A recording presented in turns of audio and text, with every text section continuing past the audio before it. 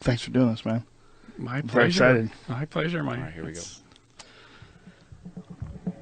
Joe Rogan Podcast, check it out. The Joe Rogan Experience. Train by day, Joe Rogan Podcast by night, all day.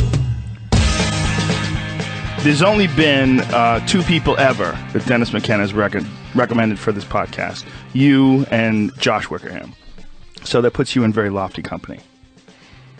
Aye. Dahmer, that's the way? Damer. Bruce or Damer. If you're French, it's Damer, but... Is that how your family pronounces it? Is that like the correct way? Damer is the best. But do your friends call you Damer? Does anybody give you full respect in the French heritage? No, that's 1,000 years ago. They gave it up after a while? They gave it up after they invaded Britain. Oh. 1066. That's clever. That's a good move. You got a very unusual background, man. I mean, Dennis would not stop raving about you. And then when I started doing research on you, I was like, this is the craziest story of all time. Not the craziest, but it's pretty crazy. You were in Burning Man during Katrina you were partying in Burning Man with people who work in the Pentagon. Yes. Mm-hmm. When Katrina went down. Yep. Camp Plyagon. That is the most ridiculous thing. That gives me great discomfort to know the people who work in the Pentagon are partying at Burning Man. Rockin'. We called for Blackhawks, but we got the order denied. But that's a whole story. Well, when Katrina was happening, you guys were amongst the people that were in Burning Man, the very few that had a connection to the outside world. Correct? Yeah, we had our camp was doing the Wi-Fi and the internet for Burning Man, for the public and emergency networks, the private network. And so we had a dish and we could take over satellites. So one of our guys took over a recon satellite. Took it offline. Is that legal? Is that legal or is that a Pentagon move? It's a Pentagon move. So he took this thing offline, and I'd actually been at it's an NRO, National Reconnaissance Office. I had been at an NRO launch just the year before, and then I look over and I see the logo on the laptop, and I say, "What are you doing?" To this man who remained nameless. And he said, "Shut up," and turned his laptop away, and he pounded in a code, and he took this thing offline. And so our Iridium phone rang, this Pentagon wireless satellite phone that's like the general on the other side is saying, "What's going on?" And basically he instructed the guy not to answer. So we then had control of this thing, and we could watch Katrina come in. Whoa. Because the government wasn't doing anything with all these national resource assets to help people. And this was the frustration that he had. He wanted to be evacuated, to be taken out off Playa with Blackhawks and heavy-duty helicopters, because he had just come back from the Asian tsunami, the Bande Aceh event. And then he went straight to Afghanistan, and then he went to Baghdad, and then he came to Burning Man. I looked at this man's face, and it was like lined deeply, just unbelievable stress. Can you imagine? This was his job. He works on Title 10 money doing extreme comms, extreme emergency relief efforts. And he's invented all this shit, like cell phones that come down on parachutes that'll run for a month, and people pick up these cell phones and push a button, and there's somebody who speaks Tagalog right there to say, "What do you need? What's your position?" Whoa. Isn't that cool? That's amazing. It's amazing. The cell phones run for a month? They're like in rubberized cases. This guy's invented all this technology. So this rubberized case just has a massive battery in it that comes pre-charged? Yep. Wow. So this guy, really thinking. So here we have a natural disaster happening in our own country, barreling in. Nobody at Burning Man knows about it because there's no cell phone service. Right. Then, back in 2007. It's barreling in, and 2005 rather.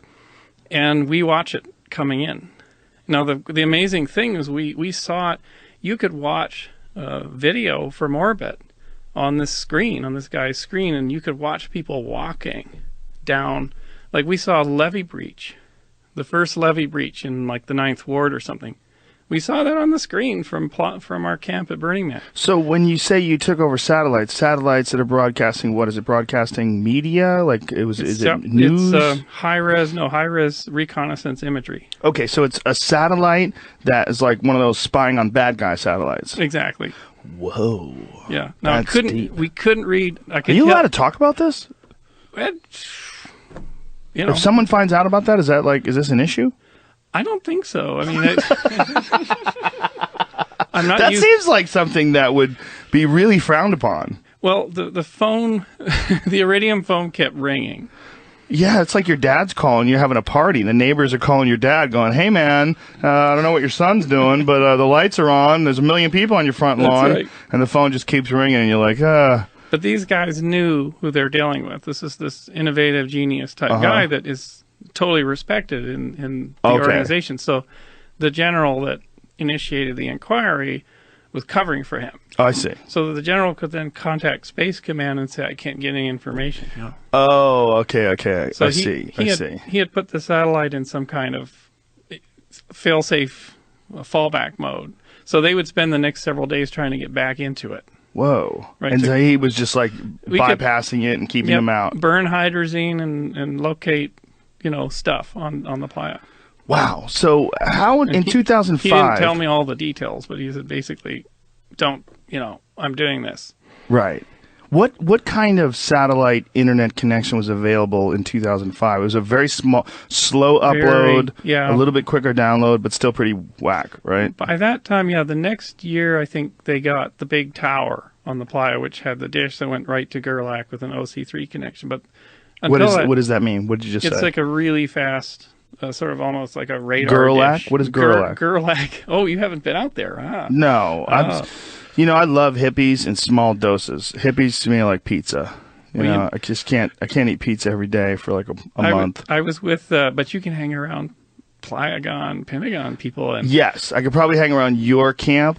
But if I went out there with billionaire the really camps dirty with, people, with Sherpas. Sherpas. That's the They brought Sherpas. they're white people. but White they're- Sherpas. They're servers for the billionaires in their billionaire camps, Oh, that's too much. and they have walls of motorhomes around. I want to hang out with 100,000 in air camp.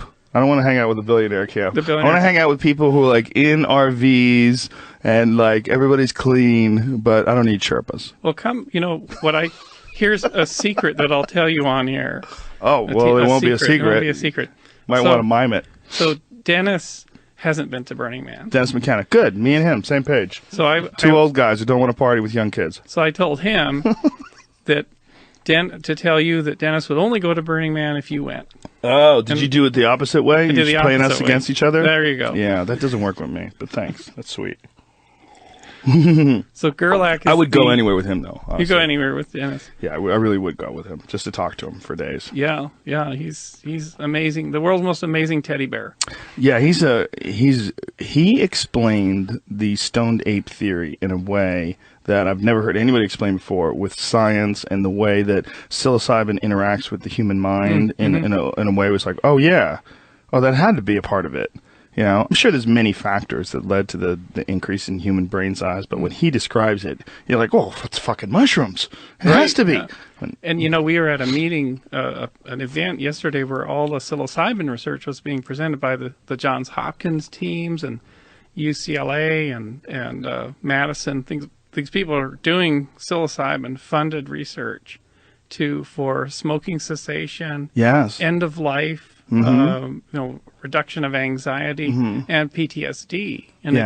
And this one young researcher, Matt, that we talked to, he basically said this amazing thing, which was, we're not plugging up neurotransmitter portals to deal with addiction here. We seem to be hitting higher order brain functions, much higher, rather than plugging up your desire for nicotine. When we watch the fMRIs, when we put people under the magnet, which means put them in an fMRI, real-time brain scanning, we watch the parts of the brain talking to each other. Like the default mode network seems to be changed. And is this while they're on mushrooms? See, I would have to think that Or would psilocybin. psilocybin. Yeah. I would have to think that would radically affect your experience. Because is an MRI and an fMRI similar? Because I've been in an MRI before. It was like bang, bang, bang, bang, bang, bang. If I was on mushrooms and I was in an MRI, I would freak the fuck out.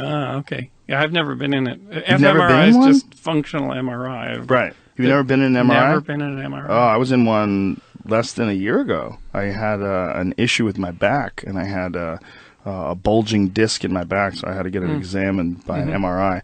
And you lie down on a plank, like a little skinny little gurney thing, and they roll you into this tube machine that's a giant magnet. And all I could think of was some story that I had heard about some kid who died because they left a fire extinguisher in the room and then turned on the MRI, and it sucked the fire extinguisher into the magnet and killed one freak incident out of a billion usage. It was like a torpedo coming exactly. through the room. Yeah, it killed somebody.